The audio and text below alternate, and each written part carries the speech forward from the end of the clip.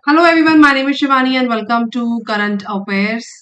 अनंत current affairs channel का नाम मैंने चेंज किया है अभी प्रेजेंटली कुछ दिनों पहले।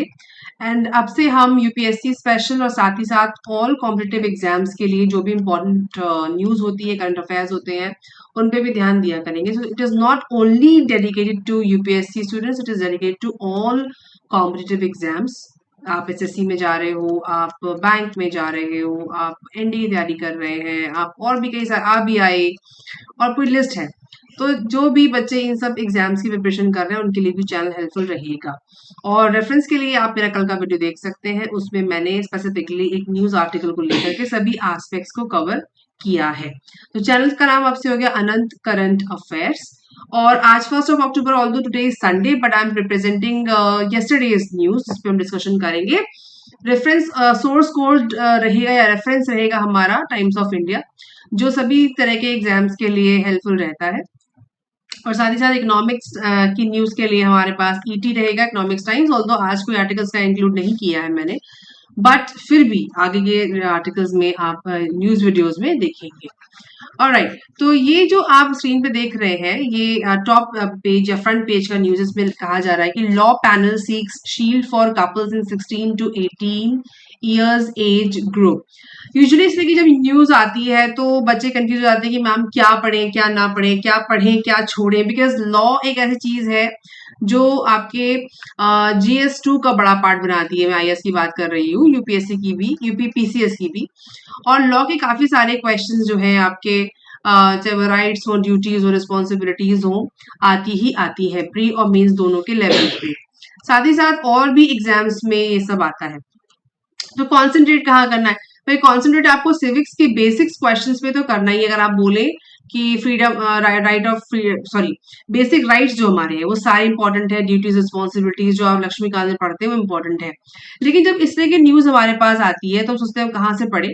तो इम्पोर्टेंटली क्या है कि जो की एब्रीविएशंस है उस पर ध्यान दीजिए। जैसे कि the law commission has advised against lowering the age of consent from exiting 18 years and also suggested amendments in protection of children from sexual offense 2012 POSCO। तो पहले तो शब्द हमको पता होना चाहिए कि पॉक्सो का फुल फॉर्म क्या है, पता होना चाहिए। अभी फिलहाल में किस एक्ट, किस ईयर को रेफर कर रहे हैं, यहाँ पे 2012 के ईयर को रेफर किया जा रहा है। और साथ ही साथ एज ऑफ कंसेंट क्या लेनी जा रही है कि 18 साल से एज ऑफ कंसेंट जो है, जिसके बाद आप ऑथोराइज होते हो किसी रिलेशनशिप में आने के लिए, शादी करने के लिए, या फिर आप खुद के जीवन के डिसीजंस को लेने के लिए लीगली वो मानी जाती है 18 इयर्स। लेकिन अभी हाल फिलहाल में कुछ ऐसे केसेस हुए हैं जहां पर्सनल फ्रंट पे, चाहे वो रेप केसेस हो, क्रिमिनल केसेस हो, जहां पे जुवेनाइल के एक्ट की वजह से काफी ऐसे कल्पिट्स को रिलैक्सेशन मिला है जो सही नहीं है। उसी को दिमाग में रखते हुए लॉ कमीशन ने ये एडवाइस किया है। और वैसे भी लॉ कमीशन का काम क्या होता है, तो पहले इसके सबसे पहले लॉ कमीशन क्या है ये भी हमको पता होना चाहिए कि लॉ कमीशन क्या है, इसकी मेन फीचर्स क्या होते हैं, सब मुख्य काम क्या होता है। वैसे तो ये एडवाइजरी का काम करता है, एडवाइस करता है, सजेस्ट करता है, बाकी सरकार करती है। तो लॉ कमीशन ने ये सलाह दी है कि हमको इसको रिवाइज करने की जरूरत है और इन नियमों को दोबारा से देखने की जरूरत है। अब जो ये बॉक्स आप देख रहे हो, बॉक्स मैंने यहाँ पे स्क्रीनशॉट किया है, तो उसमें कह रहे हैं under POCSO 2012 18 is the age of consent. मतलब पॉस्को के अंदर जो उम्र दी गई है वो 18 है। At which a person is considered legally capable of agreeing to sexual intercourse. ठीक है, ये आपके लिए एक राइट है 18 की उम्र के बाद या 18 से। ना प्रायर टू 2012 के पहले क्या था, क्योंकि जो एक्ट है 2012 का लिया जा रहा है। और याद रखिएगा कि हर जो भी लॉ के एक्ट होते हैं वो साल दर साल जब जब उनमें कोई करेक्शंस होते हैं या फिर उनमें कोई अमेंडमेंट्स होते हैं तो इनके एक्ट बदलते रहते हैं। अब ये पॉक्सो हो गया या कोई भी एक्ट हो गया, सपोज करिए 2012 कंपनीज एक्ट, उसके पहले आपने 1935 के भी एक्ट देखे होंगे कंपनीज के। तो जब भी इनमें कोई बड़े चेंजेस होते हैं तो एक्ट का ईयर भी बदल जाता है। तो प्रेजेंट में जो पॉक्सो का दिया जा रहा है रेफरेंस 2012 का, तो कह रहे 2012 के पहले क्या था, age of consent was not defined, पहले डिफाइंड नहीं थी। It was fix by virtue of section 375 of IPC. जिनका डोमेन आईएएस में लॉ है उनके लिए उसको पूरा पढ़ना जरूरी है। लेकिन जो जीएस और जनरल अंडरस्टैंडिंग या जीके के लिए पढ़ रहे हैं उनको ये समझना जरूरी है कि पॉक्सो क्या है, मेन एज इसमें क्या है, फिलहाल के लिए लॉ कमीशन ने इसमें क्या सलाह दी है, क्या एडवाइजरी दी है, और उसके साथ ही साथ 2012 के पहले मिनिमम एज कंसेंट क्या था। इतना आप बस समझ लीजिए, इस पूरी न्यूज में आपके लिए सफिशिएंट है। और अगर आपसे सपोज करिए क्वेश्चन आ जाए कि अंडर पॉक्सो 2012 16 इंस्टेड ऑफ 18, अगर मैं 16 लिख दूं, यहाँ पे मैं 16 लिख दूं, 16 is the age of consent, तो आप अगर नहीं पढ़ा होगा, पेपर में ही नहीं पढ़ा होगा तो गलत कर दोगे। तो इन पॉक्सो एक्ट 2012 की जगह मैं लिख दूं 2014, तो भी आपने नहीं पढ़ा होगा तो भी गड़बड़ कर दोगे। तो ये देखने वाली बात है कि आपको ईयर पता हो भाई कि ये 2012 नहीं, 2014 नहीं, 2012 है। और अगर मैं आने 2018 तो भी गलत हो जाएगा। तो फैक्ट अगर आपको रटने हैं तो इस तरह से रटने हैं कि बिल्कुल अगर आए तो आप सही कर सको। 18 की जगह अगर उसमें लिखा है बाय चांस 18.5 तो भी गलत है, 18 है तो 18 है, ठीक है। तो इस तरह से आपको फैक्ट्स पढ़ने हैं लॉ वाले क्वेश्चंस के लिए। सिविल वाले बच्चे समझ गए होंगे मैं क्या समझा रही हूँ, बाकी एग्जामिनेशन में भी आपको इसी तरीके से अपने नोट्स प्रिपेयर करने हैं। नेक्स्ट न्यूज, इस न्यूज में मैंने कुछ न्यूज आज जानबूझ करके रखी हैं इस डिस्कशन में, ताकि मैं आपको बता सकूं कि आपको अपना फोकस कहाँ रखना है। अब इस न्यूज में अगर आप देखें, why green crackers can't be answer to Delhi's woes. अब ध्यान दीजिएगा, कोई क्या दिल्ली की न्यूज हम क्यों पढ़ें, दिल्ली के बारे में क्यों पढ़ना जरूरी है। अगर आप छोटे छोटे बॉक्सेस को ध्यान में रखेंगे, दिल्ली की आपको टाइमलाइन नहीं पढ़नी है, आपको ये समझना है कि किस विषय पे, किस टॉपिक पे बात हो रही है। ध्यान से देखिए, ये कह रहे हैं कि ग्रीन क्रैकर्स, दिवाली में हर साल क्रैकर्स जलते हैं और उससे होने वाले प्रदूषण के लिए हर साल आर्टिकल्स छपते हैं, लेकिन उसका उपचार क्या है। और दिल्ली की बात इसलिए होती है क्योंकि वो हमारा कैपिटल है, तो कैपिटल में जो चीजें हो रही है सबकी निगाह उसके ऊपर रहती है। इसलिए दिल्ली के ऊपर जो इनका डेली टाइम्स का जो स्पेसिफिक पेपर्स आते हैं, सॉरी जो न्यूज आती है वो छापते हैं। हर शहर का अपना अलग होता है, लेकिन प्रदूषण की समस्या, जो पॉपुलेशन की समस्या है या फिर पोल्यूशन की, दोनों ही पी से हैं, पॉल्यूशन एंड पॉपुलेशन दोनों की समस्या सेम है हर शहर के लिए। तो सीख हम किसी से भी ले सकते हैं, राइट। तो अगर हम दिल्ली को आइडल माने तो कह रहे हैं कि जो ग्रीन क्रैकर्स हैं, जो हरे, जिनको कहते हैं कि जिनमें कम बारूद है, जो पर्यावरण के लिए सही है, तो कह रहे हैं green crackers made with reduction in size of shell, elimination of ash usage, reduced usage of raw material in the composition and use of additives such as dust superants to reduce emission। ये सब claim किया जा रहा है कि इन पटाखों में ये सब चीजें होती हैं, इसलिए वो ग्रीन क्रैकर्स हैं। ये क्या करते हैं, नाइट्रस ऑक्साइड को कम करते हैं, सल्फर डाइऑक्साइड को कम करते हैं, और जो हमारे कन्वेंशनल फायर क्रैकर्स हैं उनमें ये चीजें नहीं होती हैं। A study by Delhi Technological University found that green crackers produce high concentration of ultrafine particles which are PM2.5 and PM10। अगर आप ग्रीन इंडेक्स को देखें या फिर एयर इंडेक्स को देखें तो उसमें पीएम का नाम हमेशा आता है, PM2.5, PM10। इसका मतलब उसका फुल फॉर्म होता है पार्टिकुलेट मैटर। पार्टिकुलेट मैटर जो है एक सब्सटेंस है जो बहुत बारीक होता है, वो नाक से भी हमारी बॉडी में जाता है और जाता है, इसकी वजह से हमको बीमारियां होती है। तो इन एब्रीविएशंस को रिवाइज करने के लिए आर्टिकल्स बढ़िया होते हैं। और अगर मेंस में आप सवाल लिख रहे हैं तो आपको पता होना चाहिए ग्रीन क्रैकर्स में वो क्या चीजें नहीं है जिसकी वजह से ग्रीन क्रैकर्स हैं। तो वो क्या है, नाइट्रस ऑक्साइड और सल्फर डाइऑक्साइड, दो नाम है। इसका मतलब बाकी के पटाखों में ये चीजें होती हैं जो हमारे पर्यावरण के लिए सही नहीं है। उसके अलावा यहाँ पे देखिए शॉर्ट फॉर्म में लिखा है नीरी, राइट। उसके बाद लिखा है CREA, centre for research on energy and clean air, ये। और उसके बाद नीरी का नाम बहुत आता है, which is national environment engineering research institute. सालों से आता रहा है, सालों सवाल पूछे जाते रहे हैं इसके ऊपर। तो जो बाकी एग्जामिनेशन के जो बच्चे हैं वो पीएम को याद रखें, पर्टिकुलर मैटर्स का फुल फॉर्म। ये हम PM2.5 एंड PM10 और भी टाइप्स हैं, लेकिन मेजोरिटी में ये दोनों टाइप्स हमारे वातावरण को प्रदूषित करते हैं हवा के द्वारा।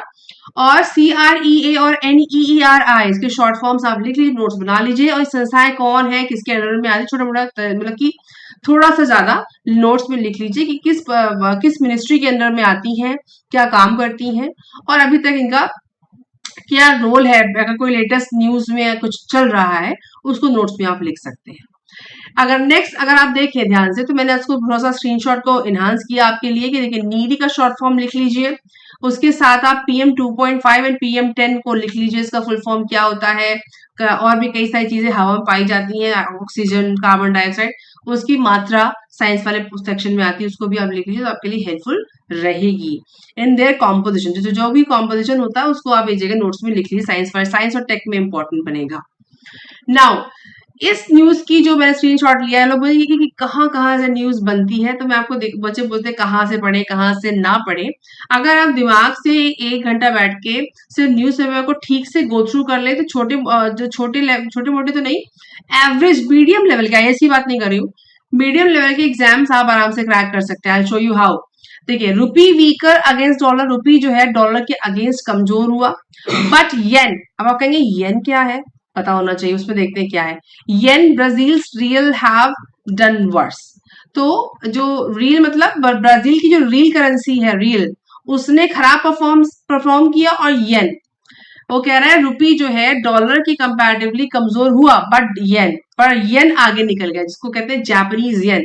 जापान की जो करेंसी है उसका नाम है येन, जापानीज येन। और ब्राजील की जो रील है उसने और खराब किया, ये न्यूज कहती है। तो दो चीजें हमको पता चल गई कि ब्राजील की करेंसी क्या है, और हमारी जापान की करेंसी क्या है। और समझना है तो मैं दिखाती हूँ तरीका इसका। अगर आप इसको यहाँ देखें, ऊपर लिखा हुआ on the other hand Mexican peso, Brazilian real, Korean won, Australian dollar and Thai baht have appreciated against the dollar during this period. तो आपको इस आर्टिकल से सीधे सीधे कई देशों की करेंसी समझ में आ रही है। Mexican peso, Brazilian real, Korean won, Australian dollar, Thailand का बाथ, थाईलैंड चलता है, बाथ नाम है उसका, मलेशियन रिंजिट, जापानीज येन मैंने बताया आपको, इंडियन रुपी, चाइनीज युआन, इसको युआन को उसका एक और नाम भी दिया गया, अभी दिमाग में नहीं आ रहा है, वो आप देख लीजिएगा।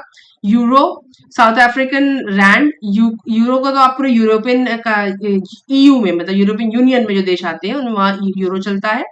South African rand, UK pound और रशियन रूबल, इन सबके नाम बहुत न्यूज में रहते हैं, पूछे भी जाते हैं। तो अगर आप इस आर्टिकल को पढ़ते हैं तो आपको ये चीजें डीप में नहीं भी जाने के बाद पता चल जाएगा कौन सी देश की कौन सी करेंसी है। तो हो सकता है भैया कि मल्टीपल चॉइस क्वेश्चन में आपसे यही पूछ लिया जाएगा, हम यहाँ पे देखें तो आपको यही पूछ लिया जाएगा भाई साउथ अफ्रीका में कौन सी करेंसी चलती है, रैंड लिखा हुआ है, मलेशियन रिंजिट, चाइनीज युआन, तो चाइनीज युआन तो बहुत लोगों को पता है, पर फिर भी रिवीजन के तौर पे आर्टिकल्स मस्त होते हैं, आपको इनको जरूर पढ़ना चाहिए, और साथ ही साथ कलरफुल होते हैं तो मोनोटोनस नहीं लगते हैं।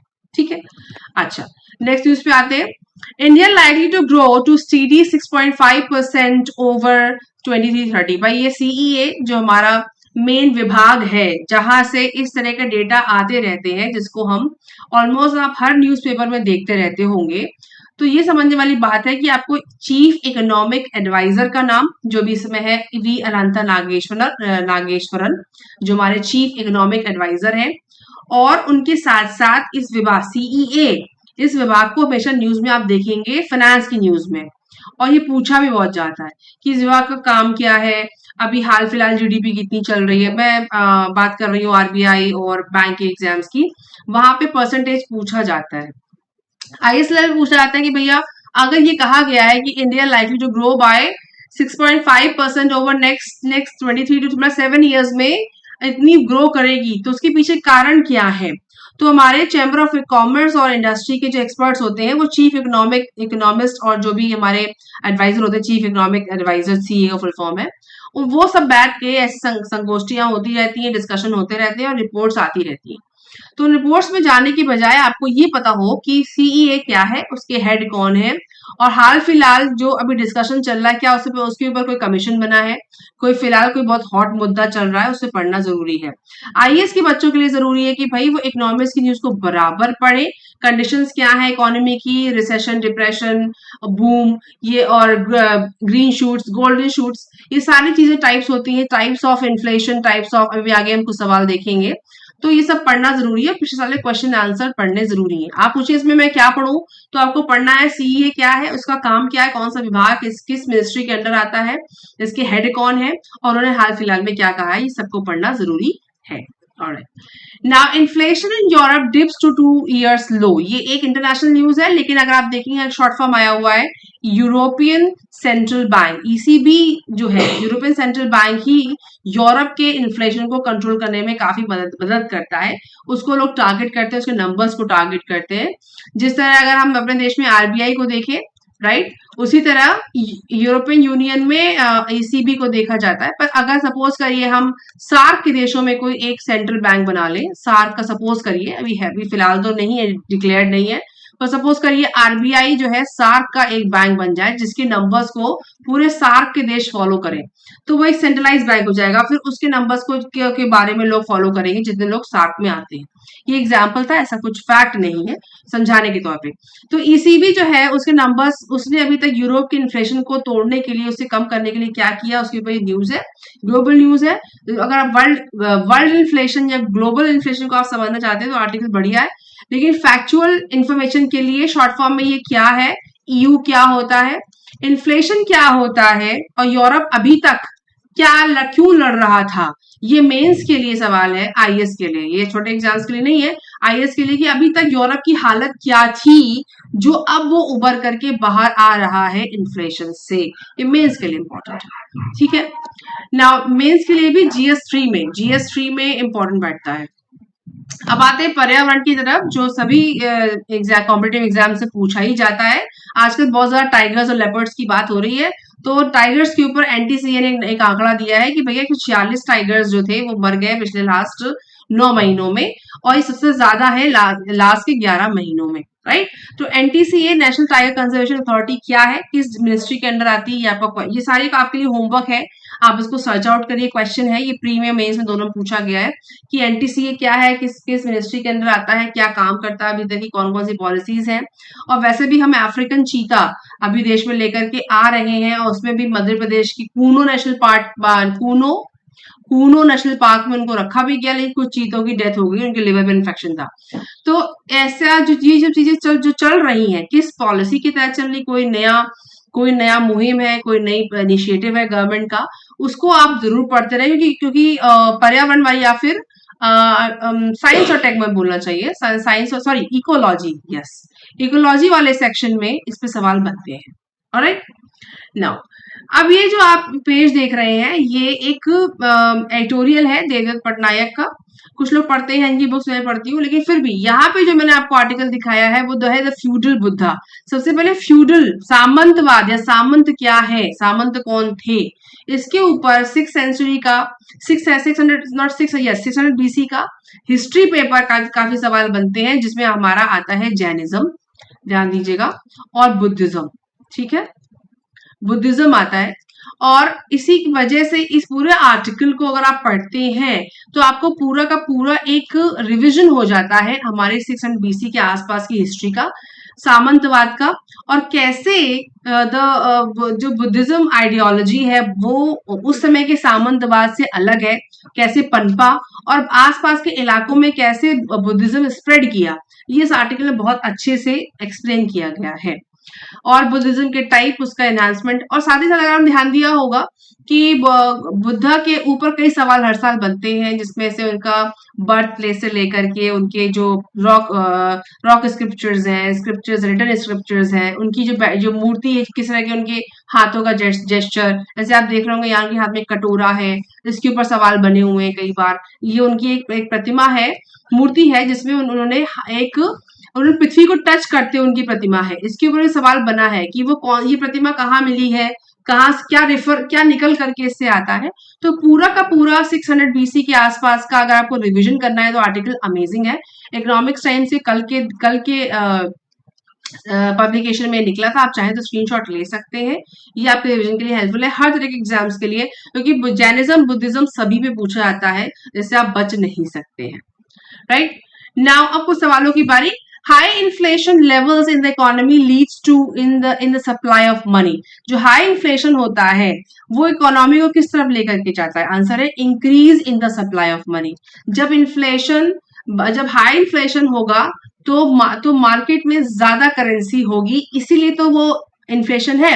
अगर कुछ लोग सोचते हैं कि अगर मार्केट में हमारे करेंसी कम है तो हमारा इन्फ्लेशन कम होता है, ऐसा नहीं है, सॉरी, तो इन्फ्लेशन नहीं होता है। जबकि इसका उल्टा है, जब आपकी करेंसी मार्केट में ज्यादा होती है, मतलब कि मार्केट में ज्यादा फ्लोट कर रही है, चाहे वो ब्लैक हो व्हाइट, उसमें नहीं जाते हैं, तो हमेशा इन्फ्लेशन की सिचुएशन बनती है। अगर आपने इकोनॉमिक्स पढ़ी है तो उससे रेफर किया हुआ सवाल है, तो आंसर आएगा इंक्रीज। ठीक है ना, कंपेयर्ड इन्फ्लेशन विद रॉबर्ट्स, अगर हम रॉबर्ट्स से कंपेयर करें इन्फ्लेशन को तो क्या होगा। प्रोफेसर ब्रह्मानंद एंड वकील का एक कमेंट है, उसमें उन्होंने बात को कहा है कि we can, professor Brahmananda and Vakil इन्होंने कंपेयर किया है इन्फ्लेशन को रॉबर्ट्स से। Alright, which is the following concept is the opposite of inflation? Inflation का उल्टा क्या है? That is deflation. एक वैसे तीनों ही स्टेजेस अलग अलग होती हैं, स्टैगफ्लेशन, रिसेशन भी होता है इसका, लेकिन उल्टा अगर आप देखें इन्फ्लेशन का तो वो डिफ्लेशन ही होगा। उसके बाद government resorts to reduce inflation, government क्या करती है इसको कम करने के लिए? कट्स इन गवर्नमेंट स्पेंडिंग, अपने खर्चों में कमी करती है। ये एक टाइप है कम करने का, और भी तरीके होते हैं। When the price levels of goods and services are falling continuously, the phenomena is called, जब दाम गिर रहे हो गुड्स एंड सर्विसेज को, तो उसे कहते हैं डिफ्लेशन, मतलब इन्फ्लेशन का उल्टा डिफ्लेशन। क्योंकि इन्फ्लेशन में क्या है, प्राइस ऊपर जा रहे हैं, और डिफ्लेशन में उल्टा हो रहा है, तो सेम उसी का reverse. Now, if too much money is chasing too few goods, the resulting inflation is known as, जब too much money, बहुत ज्यादा पैसा, is chasing too few, जब बहुत सारी पैसे से बहुत कम चीजें खरीदी जा सके, तो वो क्या होगा? डिमांड पुल इन्फ्लेशन होता है। तो वैसे ही मैंने आपको ये आज पढ़ाया नहीं है, पर आपके लिए मैं एक बैकग्राउंड बना रही हूँ कि इस तरह के सवाल एग्जाम से पूछे जाते रहे हैं। So you should clear your basics. अगर आपका बेसिक्स अच्छा नहीं है तो डिफिकल्ट हो जाएगा। Now the main causes of inflation in India, Bharat में कुछ कारणों में से एक कारण या कई सारे कारण क्या है? सारे ही हैं। The inadequate rise in industrial production, ठीक है, समझ में आता है। Erratic agriculture growth, deficit financing, ये अपने आप में एक सवाल है, और and all the above is the answer। तो ये था हमारा आज का daily news current affairs discussion, जो कल की न्यूज पे हमने किया। संडे है, ऑल्दो मैं संडे काम नहीं करती हूँ, but I have prepared this video for you all. So like share subscribe का बटन, और आज की न्यूज इंपॉर्टेंट आर्टिकल्स को मैं कल लेकर आऊंगी आपके साथ, तब तो तैयारी करते रहिए।